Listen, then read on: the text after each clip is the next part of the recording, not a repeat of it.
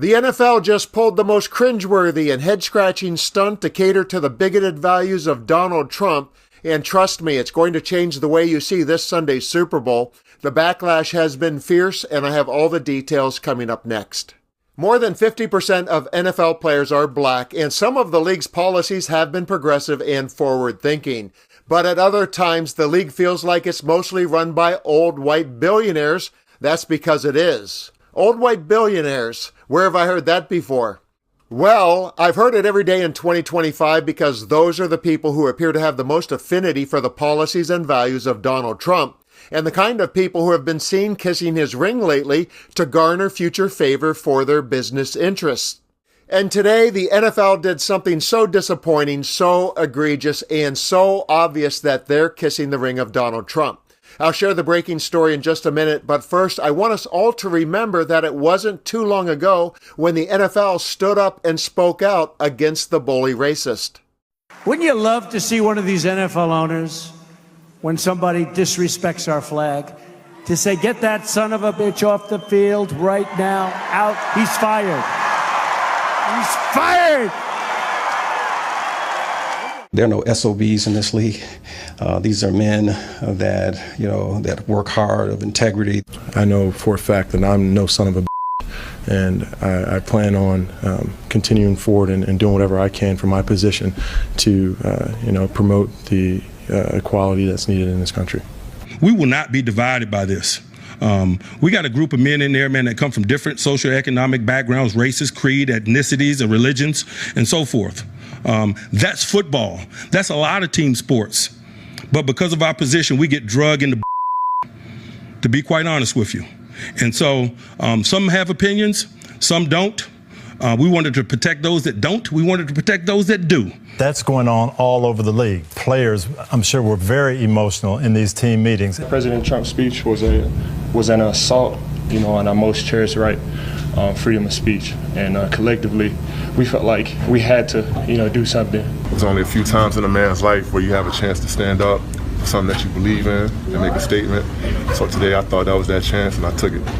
I'm disappointed in the comments that were made. I think we need a little bit more wisdom in that office, and that's being a little blunt, but that's how I feel. Now, NFL Commissioner Roger Goodell released this statement just a few minutes ago. The NFL and our players are at our best when we help create a sense of unity in our country and our culture. There is no better example than the amazing response from our clubs and players to the terrible natural disasters we've experienced over the last month. Divisive comments like these demonstrate an unfortunate lack of respect for the NFL, our great game, and all of our players, and a failure to understand the overwhelming force for good our clubs and players represent in our communities. That, of course, was all in reaction to Trump's reaction to NFL players taking knees during the national anthem in protest. And for many, it was an eye-opening moment on how Trump would pick certain social issues to signal his bigoted thoughts to the base. But my, how times have changed. NBC spelled out today's breaking news this way. NFL will remove end racism from the end zones ahead of Super Bowl. The announcement comes the same day a White House official told NBC News that President Donald Trump would be attending the game. The article went on to say, the NFL will remove the words "end racism" from the end zones at Caesars Superdome in New Orleans ahead of the Super Bowl on Sunday, the NFL confirmed to NBC News. The NFL said Tuesday that it would only have stenciling of the phrase "choose love." Sunday's game will now be the first Super Bowl since February 2021 that end racism will not be included in an end zone stencil. The statement from the NFL comes the same day a White House official told NBC News that President Donald Trump will be attending the Super Bowl. And the backlash was more on target than a Patrick Mahomes pass in the red zone. Steve B commented, "So Trump has a problem with end racism being in the end zone. Seems like something only a racist would be against. Good job, NFL, kowtowing down to a racist." Patrick S. Tomlinson said, "The NFL, a league made of 53% black players who are asked to put their bodies through immense stress and injury for the entertainment of millions, is removing end racism from the end zones of the Super Bowl to make a white supremacist and convicted felon feel more welcome?" And Zuzi Sunshine posted, "So it was just announced that the NFL will remove the end racism from the end zone during Super Bowl as the felon traitor will be in attendance. WTAF, way to bow down to fascism and the new dictator. Unbelievable.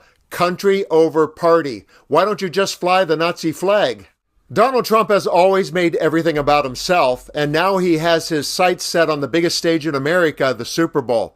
He's desperate to become the first sitting president to attend the game, despite the massive security costs and the logistical nightmare for the game and the city of New Orleans.